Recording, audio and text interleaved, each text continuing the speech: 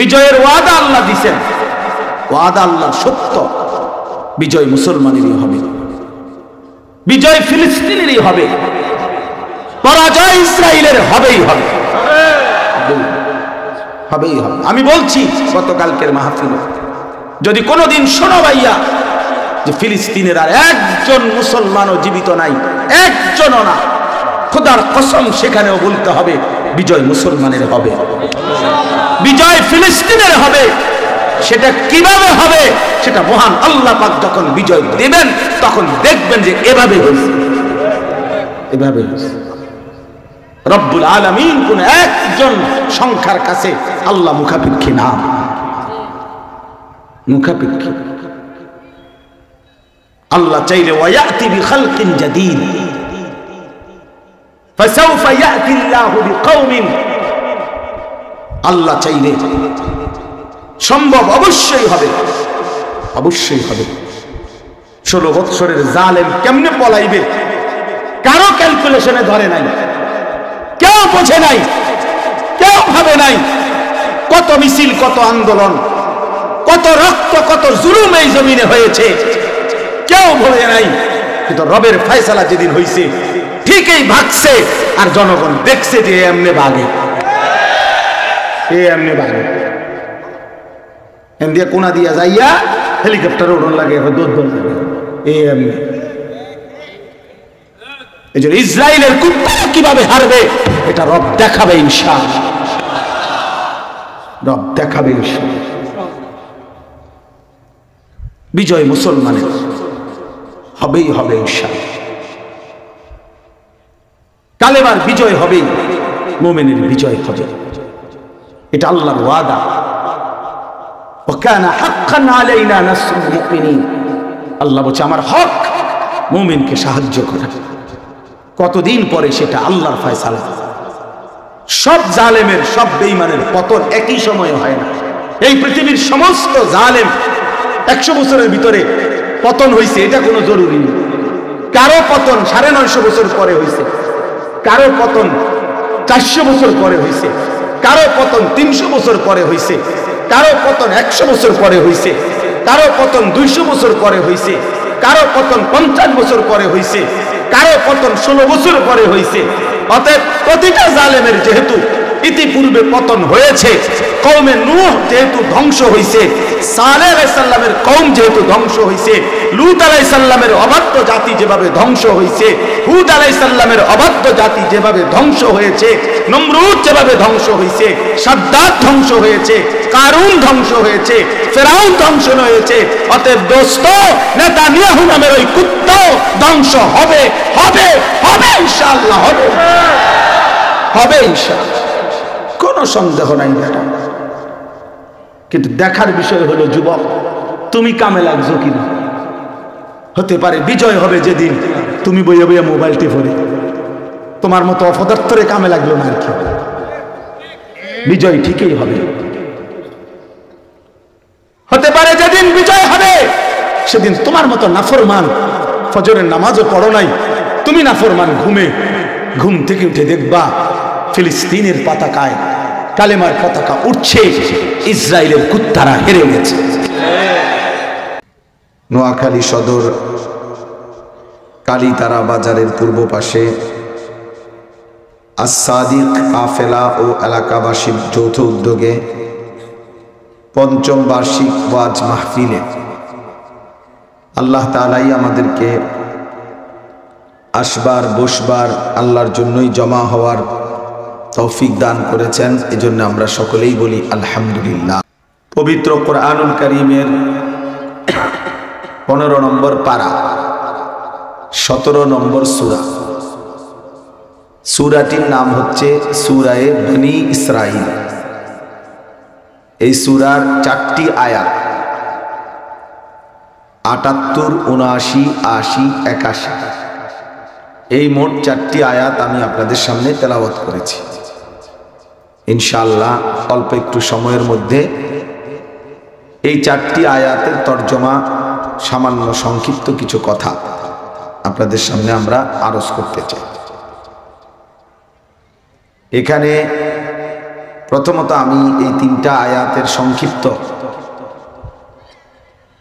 বক্তব্যটা আপনাদের সামনে বলতে চাচ্ছি। এরপরে এই আয়াত কেন পড়লাম সেটাও ইনশাআল্লাহ বলব। 4টা আয়াতের মধ্যে প্রথম 3টি আয়াত মানে 78, 79, 80, এই 3টি আয়াতের মধ্যে আল্লাহ তাআলা আমাদের প্রিয় নবী সাল্লাল্লাহু আলাইহি ওয়াসাল্লাম 3টি আমলের কথা বলছেন, 3টি আমলের কথা বলেছেন। যথাযথ গুরুত্বের সাথে নবী সাল্লাল্লাহু আলাইহি ওয়াসাল্লামকে বলছেন যে আপনি আপনার অনুসারীদেরকে নিয়ে সর্বোচ্চ গুরুত্বের সাথে এই 3টি আমল নিয়মিত করুন। এরপরে 4th নম্বর আয়াতে মানে 81 নম্বর আয়াতে এই 3টি আমলের বিনিময়ে ফলাফল কি অর্জিত হবে, যদি আপনি আপনার অনুসারীদেরকে নিয়ে ধারাবাহিকভাবে এই 3টি আমল করতে পারেন তাহলে এর ফলাফল কি আসবে, রেজাল্ট কি আসবে, সেটা আল্লাহ তাআলা বলছেন 4th নম্বর আয়াত। তাইলে সংক্ষেপে কি বুঝলেন?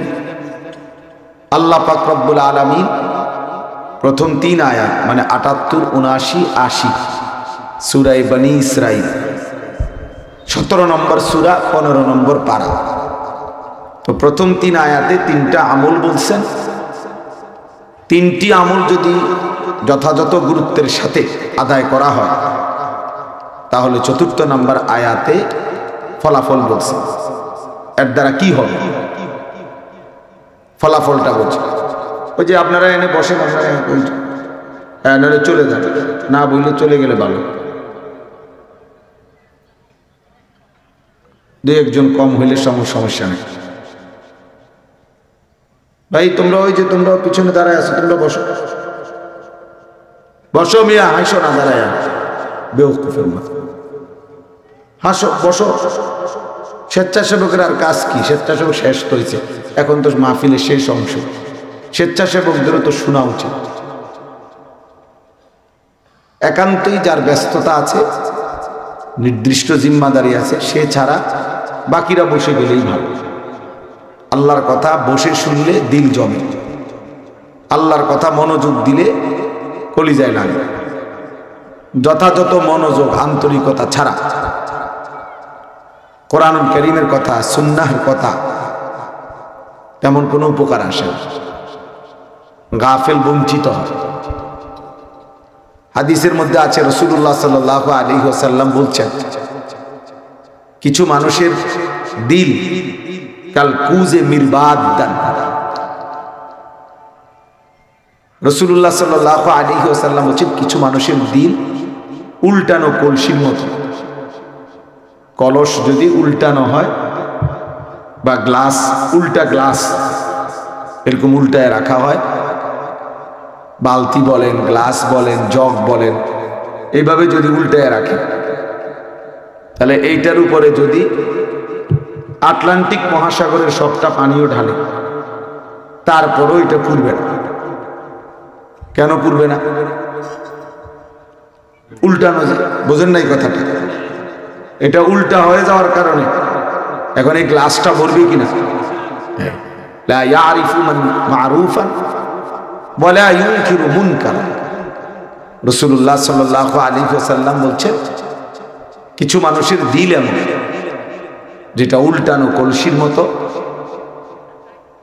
ফলে আর ওর মধ্যে সে আর কোনো নেক কাজকেই নেক কাজ মনে করে না, সে কোনো গুনাহকে আর গুনাহ মনে করে না, নেক কাজের কোনো প্রেরণাও জাগে না, মন্দ কাজের প্রতি কোনো ঘৃণাবোধও জাগে না। এই কিছু ছেলে পেলে দেখেন চলতে ফিরতে সারাদিনে একাই আপন মনে নিজের কাজ নিজে করে। এটা কি সুন্দর দেখায় না অসুন্দর দেখায়? বা আশপাশের মানুষ দেখলে কি মনে করবে? অথবা এর দ্বারা কি আমার বাবা মার সম্মান বাড়বে না কমবে? এর দ্বারা আমার ধর্মের ইজ্জত বাড়বে না কমবে? ইত্যাদি কোনো পরোয়া, কোনো মানসিকতা ভাবনা তার মধ্যে নেই। তার নিজস্ব একাকী খেয়াল খুশি, আমার মনে যা চাই, কার কাছে কিরকম লাগে এটা আমার দরকার। আমার মন চাইছে মোবাইল দেখলাম, নারী দেখলাম, ছবি দেখলাম, নাচ গান দেখলাম, উলঙ্গ দৃশ্য দেখলাম। মন চাইছে তো দাঁড়াইয়া মতে, মন চাইলে বৈশা পেশাব করে, মন চাইলে হাঁটতে হাঁটতে মতে, কারণ তার তো সেই শেষ। মানে এখানে কোনো বাবা মার ইজ্জত, বংশের কোনো সম্মান, মানুষের দৃষ্টিতে কোনো ভদ্রতা ইত্যাদি কোনো কিছু তার দরকার নেই। এই মানুষগুলোর অন্তর একদম উল্টা, যার ফলে কোনো নেক কাজ আর তার কাছে নেক মনে হয় না, মন্দ কাজকে মন্দ মনে হয় না, বরং ভালো মন্দের কোনো তারতম্য ছাড়া তার মনের চাহিদাই সে 24 ঘন্টা পূরণ করে। কোরআনুল কারীমের মধ্যে মনের চাহিদা মতো চললে, মনের ইচ্ছা মতো চললে এই ব্যাপারে ধমক খুব বেশি। এই নওজোয়ান ছেলে তোমরাও বুঝো এটা।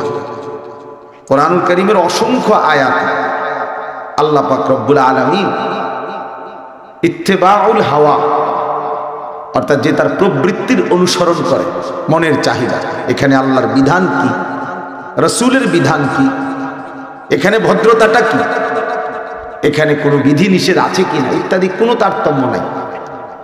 মন চাইছে, আমার মন চাইছে, হ্যাঁ আমার যা মন চাইছে, ইউর লাইফ ইউর উইশ, মানে তোমার জীবন তোমার পছন্দ, তোমার মনে যেটা চায় তা। এই যে মনের ইচ্ছা মতো, নিজ চাহিদা মতো জীবন চলা, জিন্দেগিটা চালানো, কোরআনুল কারীমে এই ব্যাপারে আল্লাহ তাআলা ভীষণ ধমক দিয়েছে। কোরআনুল কারীমের কোথাও আল্লাহ তাআলা এরকম মনের চাহিদা মতো যারা চলে তাদেরকে আল্লাহ তাআলা মানুষ হিসাবে স্বীকৃতি দেয় না।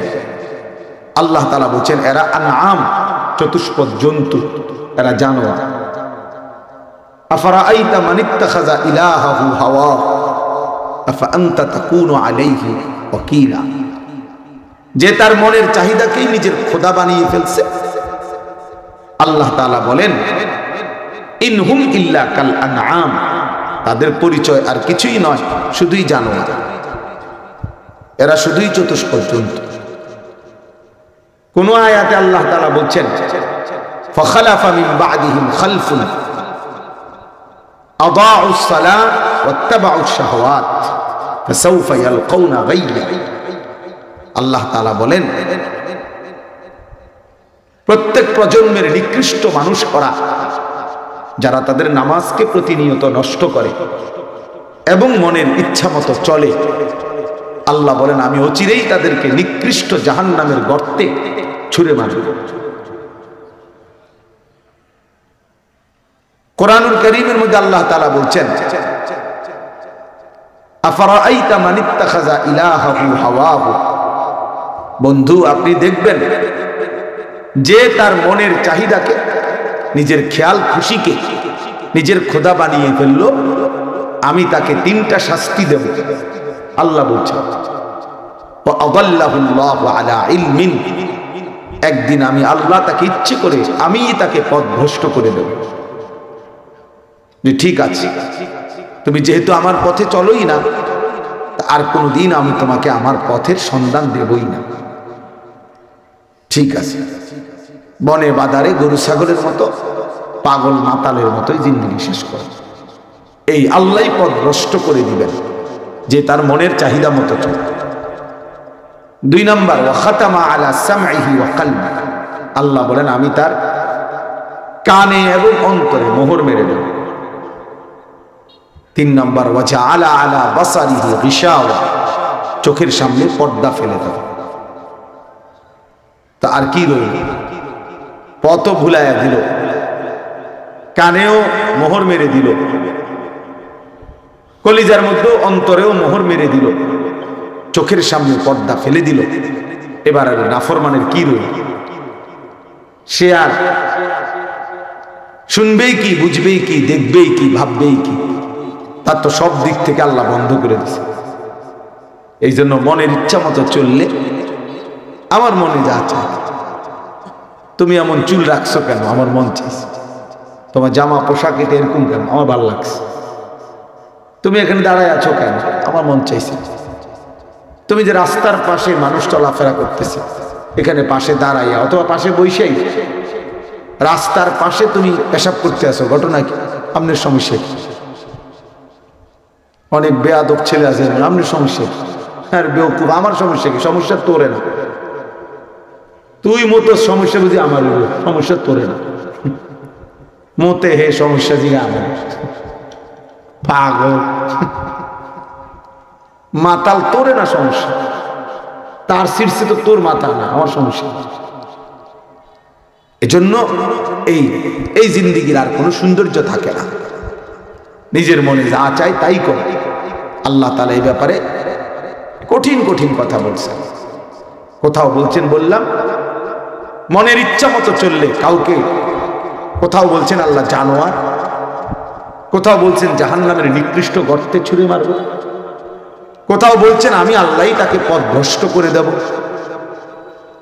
আমি আল্লাহই তার কানে অন্তরে মোহর মেরে দেব, চোখে পর্দা ফেলে দিব। ফামাইয়াহদিহি মিন বাদিল্লাহ, আল্লাহ বলেন এরপরে তাকে আমি আল্লাহকে ব্যতীত কে হেদায়েত দেবে?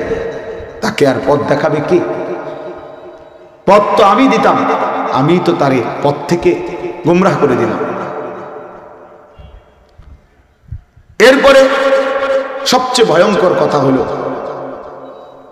কোরআনুল কারীমের মধ্যে আল্লাহ তাআলা বলছেন সরাসরি, ওয়াত্তাবা হাওয়াহু, সূরা আরাফের মধ্যে আছে, মনের ইচ্ছা মতো যে চলে, নিজের মনের চাহিদার যে অনুসরণ করে, আল্লাহ তাআলা বলছে ফামাসালুহু কামাসালিল কালব, তার উদাহরণ হলো কুত্তার মতো। সরাসরি কোরআন শরীফের আয়াত, ফামাসালুহু কামাসালিল কালব, তার উদাহরণ কুত্তার মতো। কালবুন অর্থ কুত্তা, কুকুর।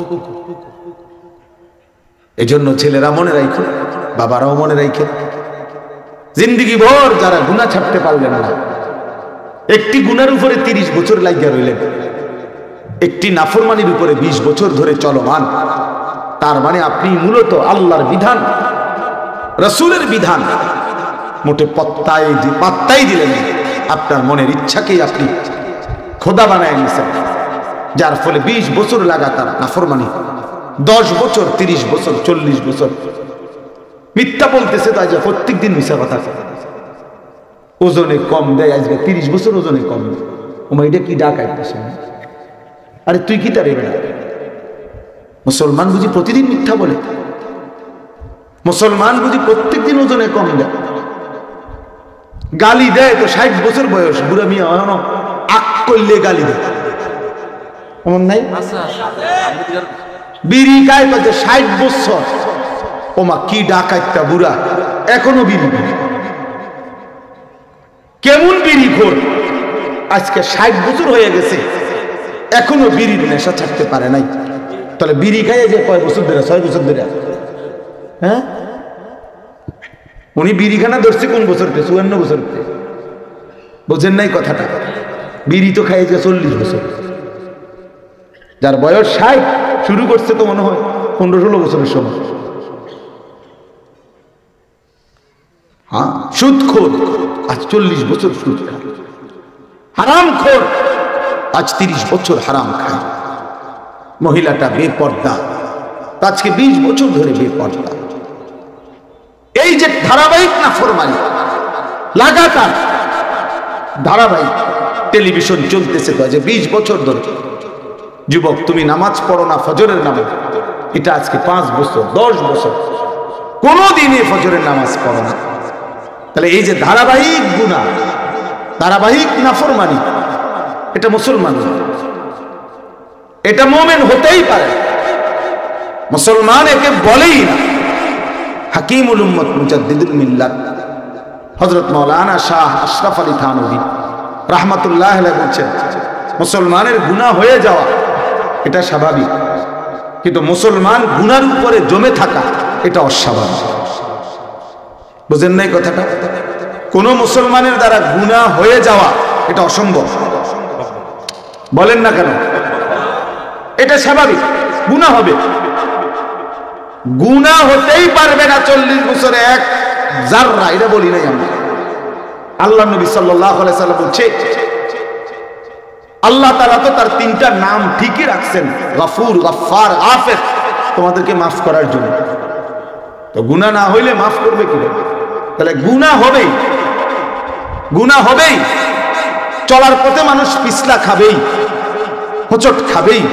তাই বলে বুঝি পিছলা খাইছি যেন উঠতে রাখছি, আর ওঠে না। কি ওড়ো না? কয় না, ফিরে গেছি তো। আর তো ফিরে গেছে তো বুঝছি তো, ওড়ো না, ফিরে গেছি। আরে কি রে, কয় ফিরে গেছি বলে তো আমিও দেখতেছি তুমি পড়িয়া গেছো, তো আমি ওড়ো না, উঠতাম না, ফিরে গেছি, আমি পড়ে গেছি। তাইলে মুসলমান গুনাহ হয়ে যাওয়া এটা স্বাভাবিক, তো গুনার উপরে লাগাতার জমে থাকা এটা অস্বাভাবিক। এটা জরুরি কথা মনে রাখতে হবে। তো বলতেছিলাম ওই তর্জমাটা এটাই। আল্লাহ তাআলা বলেন, ওয়াত্তাবাআ হাওয়াহু ফামাসালুহু কামাসালিল কালব, যে তার মনের চাহিদার অনুসরণ করে 24 ঘন্টা যে জিন্দেগিটা তার মনের ইচ্ছে মতো চলে, আল্লাহ বলেন সে আর মানুষ থাকে না। তার দৃষ্টান্ত, উদাহরণ কুত্তার মতো। কামাসালিল কালব, কুত্তার। এই জন্য বললাম দোস্ত, বাপ, চাচা, আপনি বয়স্ক হন আর জওয়ান হন, আমি হই কিংবা আপনি হন, এটা মনে রাখতে হবে। এটা নিজের মধ্যে আত্ম উপলব্ধি থাকতে হবে যে আসলে আপনি কি নফসের গোলাম না রবের গোলাম। আপনি স্পষ্ট ফয়সালা করেন। ছেলেরা, তোমরাও ফয়সালা করো। তুমি কি আসলে তোমার মনের চাহিদার, মনের খেয়াল খুশির গোলাম, নাকি তুমি আল্লাহর গোলাম? এটা স্পষ্ট করো। যদি তুমি আল্লাহর গোলাম হতে, সেজদা দিলা না কেন? আর নফসের গোলাম, ইবলিসের গোলাম, শয়তানের গোলাম, এজন্যই তো সেজদাবিহীন রাত কাটায় দিলা। সারা রাত মোবাইলে উলঙ্গ ছবি দেখে রাত কাটায় দিলা। এটা সম্ভব হয়েছে কেন? যেহেতু সে তার মনের চাহিদার গোলাম। তার খোদা তার চাহিদা, তার খোদা ইবলিস। আল্লাহ যার মালিক, আল্লাহ যার রব, সে আল্লাহকে ভুলবে কেন? সে আল্লাহকে ভুলবে কেন? এই জন্য এটা খুব জরুরি খেয়াল করা আমাদের জীবনের। আমরা ছোটবেলা থেকে আল্লাহওয়ালা বুজুর্গদের যত বয়ান শুনছি, আগের যত মাশায়েখ, আউলিয়া কেরাম, আল্লাহর প্রিয় বান্দারা, ওনারা সব সময় এটা বলতেন যে ভাই, মন চাহি জিন্দিগি ধরো, রব চাহি জিন্দিগি ধরো।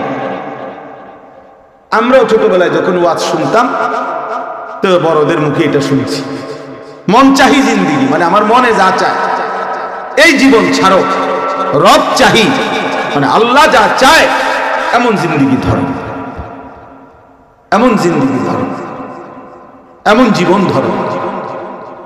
তাইলে আমার বলার উদ্দেশ্য হলো এটা আমাদের মধ্যে যেন ফিকির থাকে, তাইলে জিন্দিগি সুন্দর হবে। আমি যদি স্পষ্ট করতে পারি, ইজা সাররাতকা হাসানাতুকা ওয়া সাআতকা সাইয়্যাতুকা ফাআনতা মুমিন।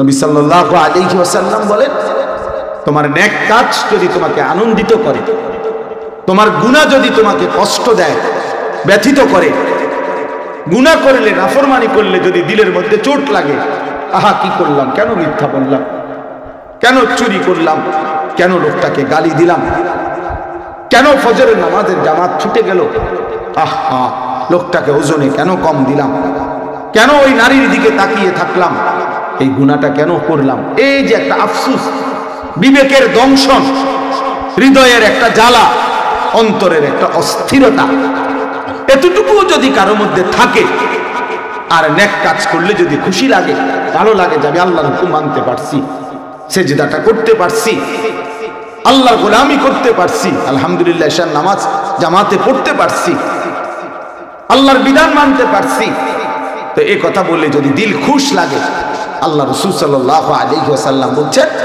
ফাআনতা মুমিন, তাহলে মনে রেখো তুমি মুমিন। এখনো ঈমান আছে, যেদিন দেখবে এর থেকে নিচে নেমে গেছে তো মনে রেখো ঈমান হারায় গেছে। এর থেকে নিচে নামছে মানে এখন আর গুনার পর গুনাহ হলেও অন্তরের মধ্যে কোনো ব্যথা কষ্ট অনুভবই হয়, অনুভব ওজনে কম দিতে আছে, মিথ্যা বলতেছে, সুদ খাইতেছে, সুদের টাকার কথা বুঝাইতে আছে, চা খায়, বিস্কিট খায়, এসি চলতেছে, কথা শুদ্ধ মারে, কেমন আছেন আঙ্কেল, ভালো আছেন, আমাগো বাটপাড়িটাকে একটু বুঝবেন, আমরা কিভাবে পলিসিটা করছি, সিটারিটা বুঝবেন একটু, বাবা ইংলিশ মারেন, শুদ্ধ মারেন। ফেরেশতা যখন লাথি দিবে আরাম কর, লাথিটাও দিবে শুদ্ধ লাথি, একদম ডাইরেক্ট লাথি দিবে, ডাইরেক্ট লাথি দিবে, শুদ্ধ লাথি, শুদ্ধ। ইয়াসলাহা মাদমুমান মাদহুরা, আল্লাহ তাআলা বলেন বেইজ্জতি করে, ধাক্কা দিতে দিতে, অপমানিত করে জাহান্নামে ছুঁড়ে মারা হবে। খুযুহু ফাগুল্লু সুম্মাল জাহিমা সাল্লু, আল্লাহ ফেরেশতাদেরকে বলবে নাফরমানকে ধর এবং হাসরের মাঠেই তাকে বেঁধে ফেল। ফাগুল্লু মানে তার বাঁধে, বাঁধ তারে, ফেরেশতা শক্ত করে বাঁধবে আর বলবে মালিক এবার কি করব? আল্লাহ তাআলা বলবেন সুম্মাল জাহিমা সাল্লু, তারে জাহান্নামে ছুঁড়ে মারো, মারো জাহান্নামে, ফেলে দাও জাহান্নামে।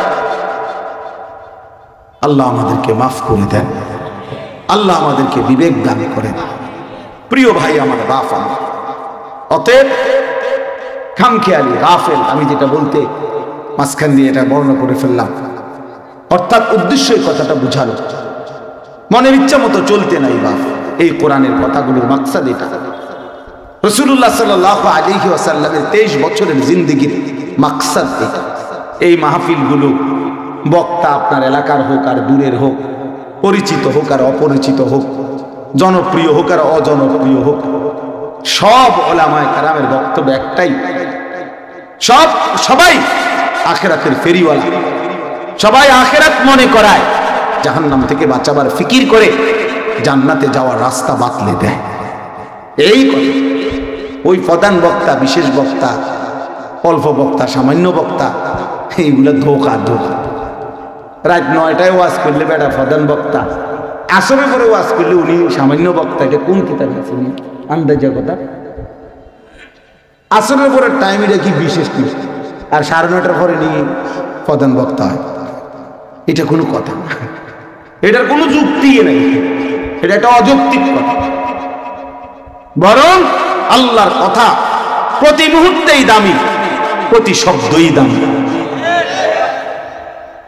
আপনার ইমাম বললেও দামি, সাদর দেশের হুজুর আইসা বললেও দামি। কাজে সংখ্যা বড় কথা না, কতজন মানুষ হয়েছে এটা কোনো বিষয় না, বিষয় হলো আমি আল্লাহর কথা বলছি। একজনের কাছে বলি আলহামদুলিল্লাহ, এই উঠতি বয়সের যত ইমাম সাহেব আছেন, নওজোয়ান যত আলেম আছেন, আপনাদের কাছে এই ভাইয়ের নসিহতে জনপ্রিয়তার মোহে পড়বেন না। টুপি বদলাইবেন, কোট বদলাইবেন, স্টাইল বদলাইবেন, সুর বদলাইবেন, টান বদলাইবেন, কোনো ভাবে যাতে জনপ্রিয় হইতে পারি। জিনা ধোকা, ধোকা, ধোকা, এগুলো ধোকা। জনপ্রিয় হইয়া তুমি কি করবে? 50,000 মানুষ এখানে আসলে, এখন যদি 1 লাখ মানুষ হয়তো 50 লাখ মানুষ হয়েছে, তো আমার কবর রাজা মাফ তো আর কি লাভ হয়েছে? বলেন, আমার কবর রাজা মাফ তো লাভ হইল কি? আমার আখিরাতে আর কোনো হিসাব দিতে হবে না? কথা বলেন, হিসাব দিতে হবে না? না, লোক হয়েছে না, আমার কি হিসাব দিতে হবে? লোক হয়েছে তো, লোক হয়েছে না, এটা কোনো বিষয়। আল্লাহর কথা বলা, আল্লাহর কথা ফেরি করা, অল্প হোক বেশি হোক, 10 জনের সামনে হোক আর 1 জনের সামনে হোক, 10 মিনিট হোক আর 1000 মিনিট হোক, বলতে থাকে। রাসূলুল্লাহ সাল্লাল্লাহু আলাইহি ওয়াসাল্লাম সকল সুযোগ কাজে লাগাইছে, প্রতিটা সম্ভাবনাকে নবীজি সাল্লাল্লাহু আলাইহি সাল্লাম কাজে লাগাইছে। হাটে ঘাটে মাঠে বাজারে গলিতে গলিতে তাবুতে তাবুতে, একজন দুইজন 10 জন 1000 জন, রাতে দিনে প্রকাশ্যে গোপনে হার লাইনে রাসূলুল্লাহ সাল্লাল্লাহু আলাইহি সাল্লাম উম্মতকে আল্লাহর দিকে ডাকছেন। ওয়া আনা আখিযুম বিহুজাজিকুম, নবী সাল্লাল্লাহু আলাইহি সাল্লাম বলেন উম্মত, কোন মানুষ যদি কাউকে ফিরাইবার জন্য কোন মন্দ থেকে হাত ধরে, হতে পারে সে হাত ছেড়ে ফেলে দিছে, যদি কাঁধে ধরে কাঁধে, হতে পারে কাঁধ থেকে হাত ফেলে দিছে, কিন্তু কেউ যদি কাউকে কোমরে জড়াইয়া ধরে কোমরে, তাহলে তার থেকে ছুটে যাওয়া কঠিন। আমি রাসূল চেয়েছি, নবীজি বলছে আমার একটা একটা উম্মতকে কোমরে ধরে জাহান্নামের আগুন থেকে বাঁচাতে। ওয়া আনা আখিযুম বিহুজাজি, এভাবে চেয়েছি। এই বছর বিশ্ব ইজতেমা দ্বিতীয় দিনে হযরত মাওলানা আহমদ লাট সাহেব হযরতের জবানে আমি মাঠে বসে বয়ান শুনছি। উম্মতের ফিকির ছিল এইভাবে নবীজি সাহাবায়ে কেরাম এক এক আল্লাহর বান্দা কিভাবে জাহান্নাম থেকে বাঁচা যাবে, এক এক বান্দা, একজন একজন। অতএব আমার এটা বলার একটা বড় উদ্দেশ্য হলো, ও যারা এই কাফেলা করছো ভাইয়া, এক্ষেত্রে ফিকির করতে হবে, এটা মনে রাখতে হবে, মানুষের সংশোধন, মানুষের জিন্দেগি পরিবর্তন, মানুষের আখলাকের পরিবর্তন, মানুষের জীবনের গতি পরিবর্তন, এটা সবচেয়ে বড় মানবতার সেবা। এটা অনেক কঠিন কাজ, এটা কষ্টসাধ্য কাজ, কিন্তু এর বিনিময় অনেক বেশি। এক মানুষকে আল্লাহর দিকে ফিরায় দেওয়া, তার জীবনের গতি ফিরায় দেওয়া। ফাওয়াল্লাহি লা আন ইয়াহদিয়াল্লাহু বিকা রাজুলান ওয়াহিদান খায়রুন লাকা মিন হুমুরিন নাম। নবী সাল্লাল্লাহু আলাইহি ওয়াসাল্লাম বলেন, আল্লাহর কসম, তোমার দ্বারা একজন ব্যক্তি হেদায়েত পাওয়া, আল্লাহর পথ পাওয়া, একজন, কয়জন? রাজুলান ওয়াহিদান, নাকি একজন? নবীজি সাল্লাল্লাহু আলাইহি সাল্লাম বলেন, গোটা আরবের সমস্ত দামি উট তোমাকে হাদিয়া দেওয়ার চাইতেও কোটি গুণে বেশি উত্তম। যদি এক ভাই, এক মুসলমান, এক নাফরমান আল্লাহকে পেয়ে যায়। হাকিমুল উম্মত মুজাদ্দিদুল মিল্লাত হযরত মাওলানা আশরাফ আলী থানভী রাহমাতুল্লাহ আলাইহি এরকম এক মজমায় ছোট্ট মজলিস, অল্প কিছু সাথীর মধ্যে বয়ান করতেছিলেন। তো পিছন দিয়ে এক লোক, সে নেশা করত কিন্তু কবিতা লিখত, সে বড় কবি ছিল, ইসলামের বিরুদ্ধে লিখত, কিন্তু নেশা করত নিয়মিত। বন্ধুরা তাকে জোর করে আইনা বলছে, তুমি ওনার কথাটা একটু শোনো কিছুক্ষণ। জিগার মুরাদাবাদী, পরবর্তীতে বিখ্যাত কবি, ওনারে পিছনে আইনা বসাইছে, বলছে তুমি একটু শোনো। তখন এই জিগার ভারতের, তিনি থানভী রহমতুল্লাহর কথা কিছুক্ষণ পিছনে বৈশা শুনছে মনোযোগ দিয়ে। এই বয়ানের মধ্যেই লাফ দিয়া চিৎকার করে দাঁড়াইয়া বলছে, আশরাফ আলী কি বললা এগুলা? মেরি জাহাं বদল গই, হাওয়া কি রুখ ভি বদল গই। হায় আশরাফ আলী, আমার জীবন তো বদলে দিলা, আমার জীবনের গতি উল্টে দিলা। কি কইলা এগুলা? কি বললা? কি শোনাইলা? হায় আমি আছি কোথায়, আমি করছি না কি? এজন্য এটা খুব জরুরি, এটা কষ্টসাধ্য হলেও, এজন্য আমি বলবো নিজের বুদ্ধিতে মানবতার কল্যাণ ভালো কাজ, নিঃসন্দেহে মানুষের কল্যাণ। খায়রুন নাস মান ইয়ানফাউন নাস, যে মানুষের কল্যাণ করে, রাসূলুল্লাহ সাল্লাল্লাহু আলাইহি ওয়াসাল্লাম বলছেন তিনি খায়রুন নাস, শ্রেষ্ঠ মানুষ। ইরহামু মান ফিল আরদ ইয়ারহামুকুম মান ফিস সামা। নবী সাল্লাল্লাহু আলাইহি ওয়াসাল্লাম বলছেন, জমিনে যারা আছে, জমিনবাসী, তুমি তাদের উপরে দয়া করো, আসমানে যিনি আছেন তিনি তোমার উপরে দয়া করবেন। বলার ঢং কি রাসূলুল্লাহ, হাদিসের আন্দাজ কি সুন্দর। তো এটা ভালো কাজ, কিন্তু মনে রাখতে হবে মানুষের সবচেয়ে বড় কল্যাণ মানুষকে আল্লাহর পথ দেখানো। মানুষের সবচেয়ে বড় কল্যাণ তার জাহান্নামের চিরস্থায়ী আগুন থেকে বাঁচিয়ে জান্নাতের রাস্তা ধরায় দেওয়া, আখিরাতের সন্ধান দিয়ে দেওয়া। এজন্য সবার আগে এটা ভাবতে হবে, এটা ভাবতে হবে, এটা দিছি ওইটা দিছি মাশাআল্লাহ ভালো কথা, জিন্দেগি বদলাইছে কিনা এটা। যুবকের জীবন বদলাইতে হবে, এই বেনামাজি ছেলেদের জিন্দেগি বদলাইতে হবে, নাই তো ইমানের বিজয় আসবে, কাঙ্ক্ষিত বিজয় আসবে। বিজয়ের ওয়াদা আল্লাহ দিছেন, ওয়াদা আল্লাহ সত্য। বিজয় মুসলমানেরই হবে, বিজয় ফিলিস্তিনেরই হবে, পরাজয় ইসরায়েলের হবেই হবে, হবেই হবে। আমি বলছি গতকালকের মাহফিলে, যদি কোনোদিন শোনো ভাইয়া যে ফিলিস্তিনের আর একজন মুসলমানও জীবিত নাই, একজনও না, খোদার কসম সেখানেও বলতে হবে বিজয় মুসলমানের হবে, বিজয় ফিলিস্তিনের হবে। সেটা কিভাবে হবে? সেটা মহান আল্লাহ পাক যখন বিজয় দেবেন তখন দেখবেন যে এভাবে হয়েছে, এভাবে হয়েছে। রব্বুল আলামিন কোন একজন সংখ্যার কাছে আল্লাহ মুখাপেক্ষী না, মুখাপেক্ষী। আল্লাহ চাইলে ওয়ায়াতি বিখালকিন জাদীদ, ফাসাউফা ইয়াতি আল্লাহু বিকওমিন, আল্লাহ চাইলে সম্ভব অবশ্যই হবে, অবশ্যই হবে।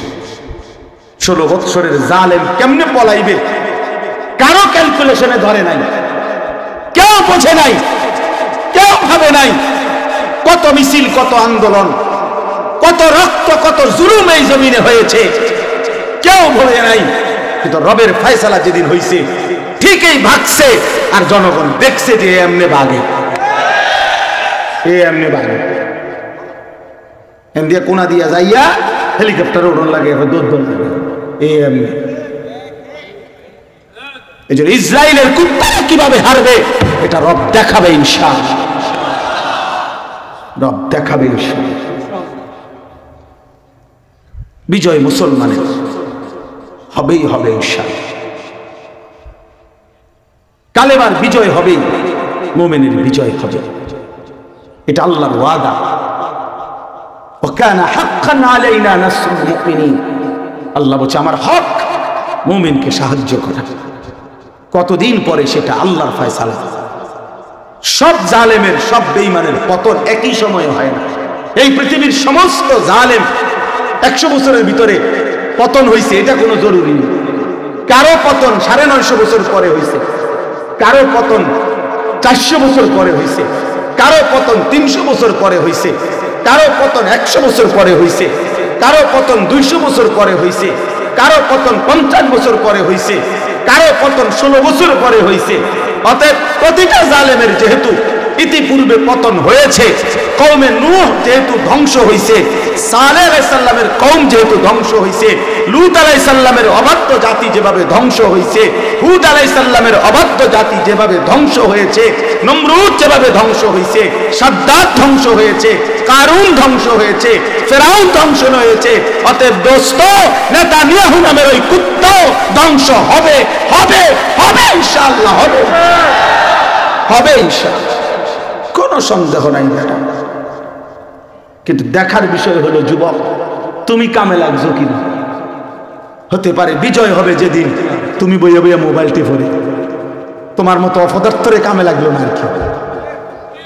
বিজয় ঠিকই হবে। হতে পারে যেদিন বিজয় হবে সেদিন তোমার মতো নাফরমান, ফজরের নামাজও পড়ো নাই, তুমি নাফরমান ঘুম থেকে উঠে দেখবা ফিলিস্তিনের পতাকায় কালেমার পতাকা উঠছে, ইসরায়েলের কুত্তারা হেরে গেছে। বিজয় হবে, বিজয় হবে, বিজয় মুমিনের হবে, মুজাহিদিনদের বিজয় হবে। আমি কামে লাগবো কিনা, আমার আল্লাহর দ্বীনের জন্য আমারে মালিক নিবে কিনা, এটা হলো দেখার বিষয়, এটা দেখার বিষয়, এটা দেখার বিষয়। এই জন্য আমি অনুরোধ করছি মেহেরবানি করে দয়া করে বাবারা, আপনাদের কাছে অনুরোধ, আপনারা আপনাদের ছেলে মেয়ের ঈমান আমলের দিকে নজর দেন। ছেলেরা, বাবা, তোমাদের কাছে অনুরোধ, দুস্থ পৃথিবীর এই ক্রান্তি লগ্নে, মুসলমানের এই করুণ দুর্দশার সময়ে তুমি তোমার আল্লাহর দিকে ফেরো। এটা কোনো বিবেকে, আমার ভাই, আমার ছেলেরা, যে মুহূর্তে মুসলমান জমিনে রক্তে ভরাগুড়ি খাচ্ছে, গাজার জমিনের মধ্যে একটা ভূমি উপরে একটা ঘর, একটা ভবন, কিচ্ছু নাই, সব সমান করে ফেলছে। আমরা শুনেছি ভাইয়া, তোমরাও শুনেছ, বাবারাও শুনেছেন, জীবনভর আমরা ইসলামের কাহিনী শুনেছি। উহুদের যুদ্ধে নবী সাল্লাল্লাহু আলাইহি ওয়াসাল্লামের চাচা আমিরে হামজাকে কাইটা টুকরা টুকরা করছে। এই টুকরা টুকরা শহীদের ঘটনা শুনছি আমরা কিতাবের মধ্যে। উহুদের যুদ্ধে হামজা রাদিয়াল্লাহু তাআলা, আজ 1450 বছর পরে আমরা আবার দেখলাম ফিলিস্তিনের মুসলিম বোমার আঘাতে লাশ উপরের দিকে উঠে টুকরা টুকরা হয়ে ছিন্ন ভিন্ন হয়ে গেছে। আরেকবার পৃথিবী দেখলো আমিরে হামজার উত্তরসূরি টুকরা টুকরা লাশ ছিটে বিটে গেছে। উহুদের যুদ্ধের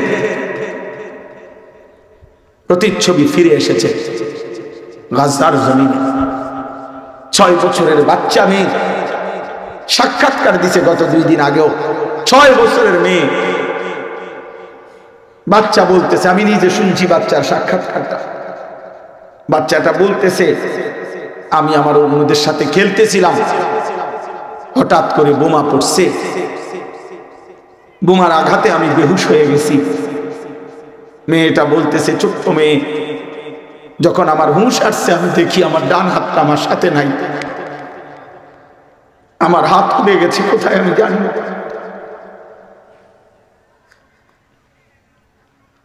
কি আশ্চর্য কথা ভাইয়া, মোবাইলে না হারিয়ে যায়, কলম হারায় যাইতে পারে। মানুষ এটা না বলে যে আমার মোবাইলটা হারিয়ে গেছে, পাচ্ছি না, আমার কলমটা হারিয়ে গেছে, পাচ্ছি না, আমার চাবির রিংটা হারিয়ে গেছে, পাইতেছি না। আর এই ছোট্ট মেয়ে বলতেছে, আমার ডান হাতটা কোথায় গেছে আমি পাইতেছি না, আমার হাতটা কোথায় উড়ে গেছে। তাইলে ভেবে দেখো ভাই, এমন নির্মম জুলুমের শিকার যখন মুসলমান, সেই সময়ে তোমরা যারা যুবক, এত কঠিন পরিস্থিতি দেখেও শুনেও এখনো যারা দিন রাত নারী দেখো, ছবি দেখো, মোবাইলে অস্থির দৃশ্য দেখো, এক ওয়াক্ত নামাজ পড়ো না, এখনো যারা কোনো দিন ফজরের নামাজ পড়ো না, হ্যাঁ, আমার তো তোরে বেটা মানুষের বাচ্চা মনে হয় না, তোর কলিজার ভিতরে ঈমান আছে মনে হয় না বেটা। মুসলমান এত পাষাণ হইবার কথা। মুসলিমের রক্তে যখন জমিন ভাসতেছে, তখনও যে গুনাহ, নাফরমানি, অসভ্যতা, অস্থিরতা, বেহায়াপনা, নাচ গান, উলঙ্গ ছবি, বেনামাজি জিন্দিগি, হারামখোর জিন্দিগি চলতেছে। আর বেঈমান, তোর হুঁশ আসবে কোন দিন? তাই তোর বিবেক নড়বে কোন দিন? তোর কোন দিন বিবেক নড়বে বেটা? আর কত জুলুম দেখলে কলিজার মধ্যে অনুভূতি আসবে যে আহা, এটা কি হচ্ছে। 1948 সাল থেকে মজলুম ফিলিস্তিনি ইসরায়েলের এই কুত্তাদের হাতে রক্ত দিচ্ছে। আজকে 77 বছর। কাশ্মীরের মুসলমান ইন্ডিয়ার বেঈমানদের হাতে রক্ত দিচ্ছে আজকে 78 বছর, 1947 সাল থেকে। রোহিঙ্গার মুসলমান বার্মার কুত্তাদের হাতে রক্ত দিচ্ছে আজকে 61 বছর ধরে, 1964 ইংরেজি থেকে।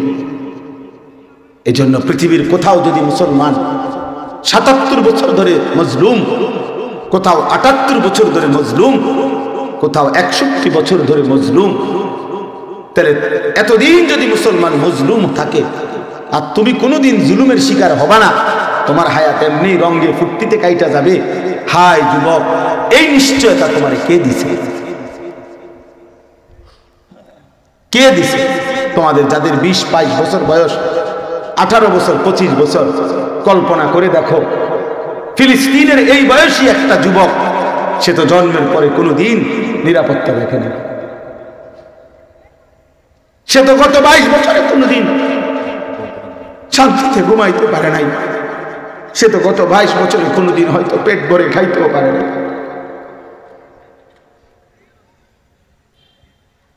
তাইলে আমি অনুরোধ করছি, লম্বা সময় দেওয়ার মতো সুযোগ আমার হাতে নাই, এই জন্য আমি এই 3টা আমলের কথা বলেই শেষ করছি। এই সূরা বলার উদ্দেশ্য এটাই। এই সূরাটার নামই হলো বনি ইসরাইল। এই বনি ইসরাইল কারা? আজকের ইসরায়েলের ইহুদি যারা, এই ইহুদিরাই বনি ইসরাইল, বনি ইসরায়েলরাই ইহুদি। তো এই সূরার মধ্যে আল্লাহ তাআলা 3টা আমল দিয়েছে। আল্লাহ বলছে 3টা আমল ঠিকমতো আদায় করেন।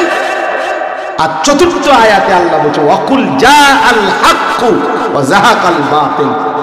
এই 4 নম্বরে 3টা আমল শতভাগ বুঝায় দিলে আমি আল্লাহর কাছ থেকে হকের বিজয় আমার থেকে বুঝে নেন। আল্লাহ বলছেন নবীকে, বন্ধু এই 3 আমল আমারে বুঝায় দেন, আর আমি আল্লাহর কাছ থেকে হকের বিজয়, বাতিলের পরাজয় বুঝে নেন। ওয়াকুল জাআল হাক্কু, এই 3 আমল ঠিকমতো করেন, ধরে নেন সত্য এসে গেছে, বাতিল চলে গেছে। ইন্নাল বাতিলা কানা যাহুকা, নিশ্চয়ই বাতিলের পতন অবশ্যম্ভাবী, হবেই হবে, হবেই হবে। এখন এই শেষ কথা হলো এই 3 আমল কি? আমি লম্বা তাফসিরের জন্য পড়ি নাই, পড়ছি এই কথাটা শুধু মুখে 3 বাক্যে বলে দিতে। আল্লাহ তাআলা এখানে 3টা আয়াতে প্রথম বলছেন ফজর সহ 5 ওয়াক্ত নামাজ। কি বলছেন? আমি যেমনি কইছি এমনি কইতে হবে। ফজর সহ 5 ওয়াক্ত নামাজ বলেন, সবাই বলে ওয়া কুরআনুল ফজর, ফজর সহ 5 ওয়াক্ত নামাজ। আল্লাহ বলছেন ফজর সহ 5 ওয়াক্ত নামাজ শতভাগ আদায় করেন। 1 ওয়াক্ত নামাজও ছাড়া যাবে না, একটা সেজদাও বাদ দেওয়া যাবে না, একটাও। এই ফজর সহ 5 ওয়াক্ত নামাজ। 2 নাম্বার হলো অমিনাল লাইলি ফাতাহাজ্জাদ, রাত গভীরে তাহাজ্জুদ। গভীর রাতে নীরবে অন্ধকারে আমি রবকে সেজদা দেন। রাত গভীরে আমার কাছে কলিজার যত আহাজারি সব বলেন এই তাহাজ্জুদ নামাজ, গভীর রাতের তাহাজ্জুদ নামাজ। দ্বিতীয় আমল, তাহলে প্রথম আমল কি? দ্বিতীয় আমল কি? তৃতীয় আমল ওয়াকুর রব্বি আদখিলনি মুদখালা সিদকিন। এর অর্থ হইল, আমি আরো ব্যাখ্যা আছে, আমি শুধু মূল কথাটা বললাম আর কি। তৃতীয়টা হলো বেশি বেশি দোয়া, দোয়া করতে থাকে। রব্বি মানে এখানে দোয়ার বাক্য। ফজর সহ 5 ওয়াক্ত নামাজ আদায় করুন, এরপরে তাহাজ্জুদ নামাজ পড়ুন, বেশি বেশি দোয়া করেন। আল্লাহ বলে করছেন 3টা, তো নবীজি যেন বলছে হ করছি আমার অনুসার। তা আল্লাহ বলে এবার ওয়াকুল আমনে কোন যা আল হাক্কু, হকের বিজয় হয়ে গেছে। যা নবীজিরে বলছে আমনে কর, আমনে কথাটা আমনে কর। ওয়া যাহাকাল বাতিল, বাতিলের পরাজয় হয়ে গেছে। এজন্য দোস্ত আমার, বন্ধু আমার, আমি অনুরোধ করছি, আমার বরাদ্দ করার সময় শেষ, তো আমি অনুরোধ করছি ফজর সহ 5 ওয়াক্ত নামাজের মধ্যে মুমিনের বিজয় আছে, হকের বিজয় আছে। এজন্য যুবক, বাবা, ভাই প্রত্যেকেই যদি ইসলাম নিয়ে ভাবো, মজলুমের এই বিপদ দেখে যদি কলিজার মধ্যে ব্যথা লাগে, তাইলে প্রত্যেকে ইনশাআল্লাহ নিয়ত করি যে আমরা ফজর সহ 5 ওয়াক্ত নামাজ পড়বো ইনশাআল্লাহ। বলেন ইনশাআল্লাহ। কি ইনশাআল্লাহ? এটা কোন মানে ফজর সহ 5 ওয়াক্ত, এটা পুরাটা কোন পড়বো ইনশাআল্লাহ। 2 নাম্বার তাহাজ্জুদ পড়ার চেষ্টা করব। 3 নাম্বার, বেশি থেকে বেশি চোখের পানি ফেলে আল্লাহর কাছে দোয়া করতে থাকেন, দোয়া করতে থাকেন, ইনশাআল্লাহ হকের বিজয় হবেই হবে।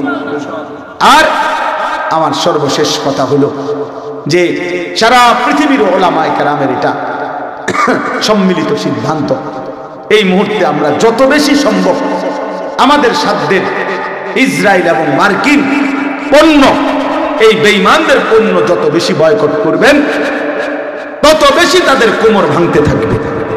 মনে রাখবেন, ইহুদি বড় বখিল। ইহুদিদের দেখতে মনে হয় অনেক কিছু আছে, কিন্তু বড় কৃপণ। তাদের 1 টাকার লস তারা মাইনা নিতে চায় না। এই জন্য কোটি কোটি টাকার লসে মুখে যখন পড়বে তখন তাদের যুদ্ধনীতি বদলাবে। এই জন্য বয়কট মানে ইহুদি পণ্য, ইসরায়েলি পণ্য, আমেরিকান পণ্য বর্জন করবো ইনশাআল্লাহ।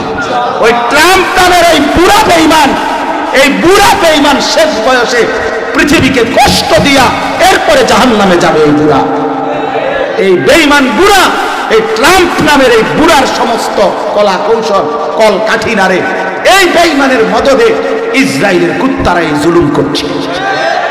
এজন্য একদিন পৃথিবীর মানচিত্র থেকে ইসরায়েলও হারায় যাবে, আমেরিকাও হারায় যাবে ইনশাআল্লাহ। মুসলমানই থাকবে ইনশাআল্লাহ, ইসলামই থাকবে ইনশাআল্লাহ। এজন্য আমরা বেঈমানদের পণ্য, ইসরায়েল আমেরিকান পণ্য বয়কট করবো ইনশাআল্লাহ। আমার প্রায় দিনের বাজার বাসাত কিছু আনলেই আমার ছোট ছেলে হেইতের তোষকের তলে একটা কাগজ আছে, তো দৌড় দিয়ে কাগজ ডানে, হ্যাঁ ওইটা করতে পারবো, মিলাই আব্বু আব্বু ওইটা হইতো না, এটা হইতো না। হ্যাঁ আলহামদুলিল্লাহ। এজন্য মার্কিন এবং ইসরায়েলি পণ্য আমরা বর্জন করবো ইনশাআল্লাহ। আগামীকাল সারা বাংলাদেশ ব্যাপী মার্চ ফর গাজা যেই বিক্ষোভ কর্মসূচির ডাক দেওয়া হয়েছে, সারা বাংলাদেশের আলেম ওলামা, সারা বাংলাদেশের শিক্ষিত রাজনীতিবিদ, শ্রেণী পেশার ব্যবসায়ী, সর্বশ্রেণীর মানুষ আলহামদুলিল্লাহ আগামীকালকের সেই বিক্ষোভ কর্মসূচিতে যাবে ইনশাআল্লাহ। আমরাও যাব ইনশাআল্লাহ, আমিও যাব ইনশাআল্লাহ। আমার মাদ্রাসা থেকে বাস গাড়ি সাথীরা সব রেডি আমগো এলাকার মধ্যে, আমরাও সকালবেলা যাব ইনশাআল্লাহ। এজন্য আমরা কলিজার সবটুকু দিয়ে আমরা বলবো আল্লাহর কাছে যে মালিক, আমরা ফিলিস্তিনকে ভালোবাসি, আমরা গাজাকে ভালোবাসি। যদি আপনি ভালোবাসার প্রমাণ নিতে চান তো আমি তাজা খুন দিতে সবার আগে রাজি আছি ইনশাআল্লাহ। আপনি চাইলে নিতে পারেন মাওলা, আপনি চাইলে নিতে পারেন, আপনি চাইলে নিতে পারেন, কোনো অসুবিধা নাই। এজন্য আমরা ইনশাআল্লাহ এই বিক্ষোভ কর্মসূচি সহ আগামী দিনের কর্মসূচিগুলো যেন সফল হয় এবং আল্লাহ তাআলা যেন ফিলিস্তিনের বিজয় দান করে, ইসরায়েলকে যেন ধ্বংস করে দেয়। বলেন আমিন। সুবহানাল্লাহি ওয়া বিহামদিহি, সুবহানাকাল্লাহুম্মা বিহামদিকা, আশহাদু আল লা ইলাহা ইল্লা আনতা, আস্তাগফিরুকা ওয়া আতুবু ইলাইক। আর কোন কথা? আলহামদুলিল্লাহি রাব্বিল আলামিন।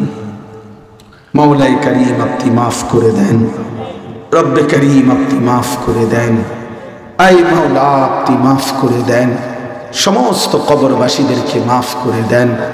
আল্লাহ এই মাহফিল খানা কবুল করে নেন, এই ইসলামী কাফেলাকে আপনি কবুল করে নেন, as-সাদিক হিসাবে তাদেরকে সাদিকিনদের জামাত বানিয়ে দেন। আল্লাহ প্রতিটা ভালো কাজে অংশগ্রহণ করার তৌফিক দান করেন। আল্লাহ এলাকার সমস্ত বাবা চাচা মুরব্বীদেরকে হায়াত দারাজ করেন, কিশোর নওজোয়ান যুবকদেরকে চরিত্রবান নামাজি মুত্তাকি বানিয়ে দেন। আল্লাহ ছেলেগুলোকে আগামী দিনের মাহাদির সৈনিক হিসাবে কবুল করে নেন। আগামীর কালেমার পতাকা যেন এদের হাতে উড়ে, আল্লাহ এমন হিম্মত এমন ঈমান তাদেরকে দান করেন। আল্লাহ মজলুম ফিলিস্তিনিদেরকে রেহাই দিয়ে দেন, আপনি বিজয় দিয়ে দেন। বিজয় হবেই মাওলা, আমরা বিশ্বাস করি, কিন্তু মাওলা আপনার কাছে দিলের সবটুকু তামান্না। আল্লাহ ফিলিস্তিনের বিজয় এই চোখে দেখে যেতে চাই মাওলা। আল্লাহ নেতানিয়াহুকে ধ্বংস করে দেন, ইসরায়েলকে ধ্বংস করে দেন, আমেরিকাকে ধ্বংস করে দেন, বেঈমানের সব ঘাঁটি ধ্বংস করে দেন, ঈমানের বিজয় দান করেন। রব্বির হামহুমা কামা রব্বায়ানি সগীরা। আয় আল্লাহ এই মাহফিল সাজাইতে গিয়ে যে যেভাবে অংশগ্রহণ করেছে সাহায্য করেছে, সহযোগিতা করেছে, প্রত্যেককে উত্তম বিনিময় দান করেন। যার যত নেক মাকসাদ আছে পূরণ করে দেন। মা বোনদেরকে পর্দা পুশিদা দান করেন। প্রবাসীদেরকে বিদেশের জমিনে সহি সালামতে নিরাপদে রাখেন মাওলা। আল্লাহ ছেলেদেরকে আগামী দিনেও আরো সুন্দর মাহফিলের আয়োজন করার তৌফিক দান করেন। রব্বির হামহুমা কামা রব্বায়ানি সগীরা। সুবহান রাব্বিকা রব্বিল ইজ্জাতি আম্মা ইয়াসিফুন ওয়া সালামুন আলাল মুরসালিন ওয়ালহামদুলিল্লাহি।